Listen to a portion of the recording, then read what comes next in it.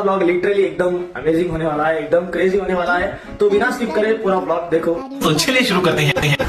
जाने के वास्ते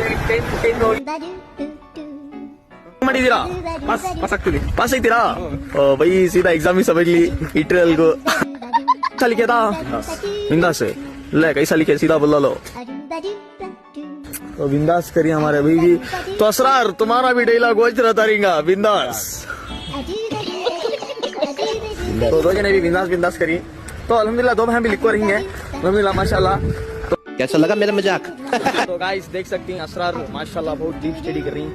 ये सब क्या देखना पड़ रहा है? अच्छा है मैं अंधा हूँ। तो असरार खुद नाटकां करती हैं, देखे तो पूरा पढ़ लेती हैं। हमारे साथ ही करती हैं, हमारे घर में चलती हैं, चाकू मार डाल दी पूरे भी प्रिपेयर होगी। असरार को देख रही हैं, हम भी खुद अभी प्रिपेयर हो रही देख सकती हैं।